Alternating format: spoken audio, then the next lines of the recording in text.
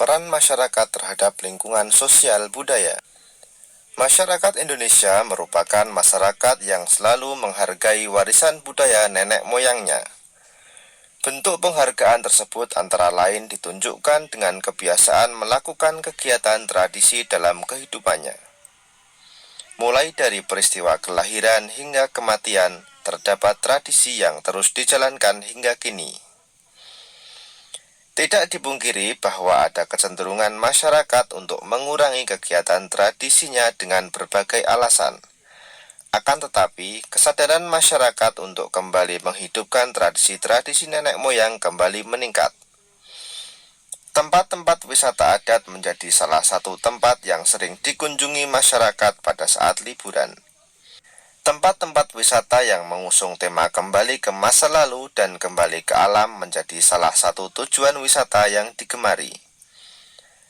Pemerintah dan masyarakat adat menetapkan beberapa desa menjadi desa adat yang dikelola dan dilindungi pemerintah untuk mempertahankan nilai budaya masyarakat adat tersebut.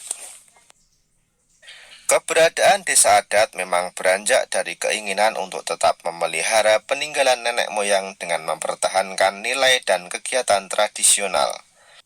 Nilai dan kegiatan tradisi nenek moyang bangsa Indonesia selalu menghargai alam sebagai sumber kehidupan. Terdapat beberapa desa adat di Indonesia yang dipelihara, dilindungi, dan dijaga baik oleh masyarakat setempat maupun oleh pemerintah setempat. Desa adat Bena di Ngada, Nusa Tenggara Timur. Desa adat Sade di Lombok. Desa adat Wairebo, Nusa Tenggara Timur. Desa adat Kampung Naga di Tasikmalaya. Desa adat Trunyan di Bali. Desa adat Pariangan Tanah Datar di Sumatera Barat merupakan beberapa contoh desa adat yang dipertahankan keberadaan dan keasliannya hingga kini. Ada juga beberapa desa adat dan kehidupan masyarakat asli yang diperkenalkan ke masyarakat luas melalui beberapa orang setempat yang peduli untuk mempertahankan nilai budaya dan kegiatan tradisinya. Salah satunya adalah desa adat Osing di Kemiren, Banyuwangi yang diperkenalkan ke masyarakat luas melalui seorang ahli kopi setempat. Desa ini dikelola untuk mempertahankan tradisi masyarakat Osing sebagai suku asli masyarakat Banyuwangi. Andrea Hirata juga dikenal melakukan usaha untuk mengangkat dan mempertahankan pusaka tradisi masyarakat desa Gantong Belitung di Sumatera Selatan. Melalui novelnya yang sangat terkenal Laskar Pelangi, Andrea memperkenalkan kehidupan masyarakat Melayu yang tinggal di desa Gantong, tanah kelahirannya. Pembelajaran keempat, permasalahan sosial di sekitar kita. Setiap warga negara mempunyai tanggung jawab yang harus dilaksanakan sesuai perannya di dalam masyarakat. Salah satu bentuk tanggung jawabnya adalah melaksanakan nilai-nilai Pancasila sebagai dasar negara. Nilai-nilai dalam Pancasila menjamin terjadinya masyarakat yang saling menghargai demi kepentingan bersama. Apa saja akibat yang akan terjadi bila anggota masyarakat tidak melaksanakan tanggung jawabnya?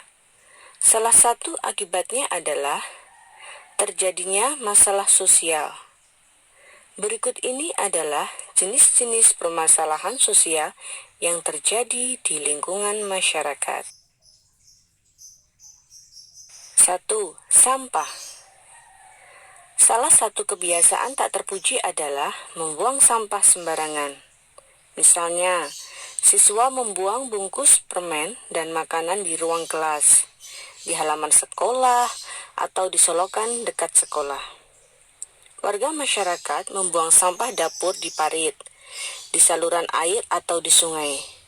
Sampah pasar, sampah toko, dan sampah kantor banyak berserakan sampai ke jalan raya karena tak tertampung di bak sampah. Hal ini terjadi karena banyak orang tidak bertanggung jawab menjaga lingkungan mereka dengan membuang sampah sembarangan. Sampah yang bertebaran di sekolah mengurangi keindahan sekolah karena tidak sedap dipandang dan mengganggu kegiatan belajar mengajar. Hal ini mengurangi kenyamanan para siswa yang belajar di sekolah.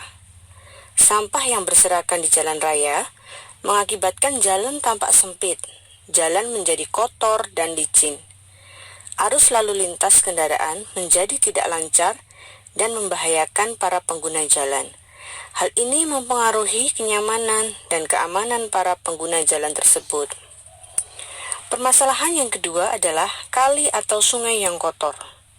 Kali atau sungai kadang-kadang dijadikan tempat pembuangan sampah bagi warga masyarakat. Pabrik-pabrik atau industri-industri juga banyak yang membuang limbah ke kali tanpa diolah terlebih dahulu. Sementara itu, ada juga orang-orang yang mendirikan bangunan di bantaran kali. Semua ini membuat kali menjadi kotor dan daya tampungnya berkurang. Akibatnya, pada musim penghujan, air kali meluap, menggenangi daerah sekitar, sawah-sawah, dan permukiman penduduk. Menurunnya kualitas lingkungan sekitar dan banjir yang diakibatkannya membuat masyarakat merasa tidak nyaman. Yang ketiga, adanya bangunan liar. Bangunan liar sering kita jumpai berada di atas saluran air, di trotoar, di taman-taman kota, dan di kolong-kolong jalan layang. Pada umumnya, bangunan liar berupa bangunan sementara yang didirikan di tempat yang tidak seharusnya. Hal ini akan menyebabkan masalah kesehatan dan kebersihan lingkungan yang menimbulkan ketidaknyamanan masyarakat pada umumnya. Permasalahan yang keempat, kemacetan lalu lintas.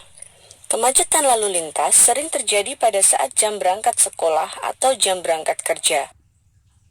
Salah satu penyebab kemacetan lalu lintas antara lain, banyak pengguna jalan yang tidak melakukan kewajibannya untuk menaati aturan lalu lintas. Hal tersebut dapat menimbulkan ketidakamanan dan ketidaknyamanan para pengguna jalan dan masyarakat sekitarnya.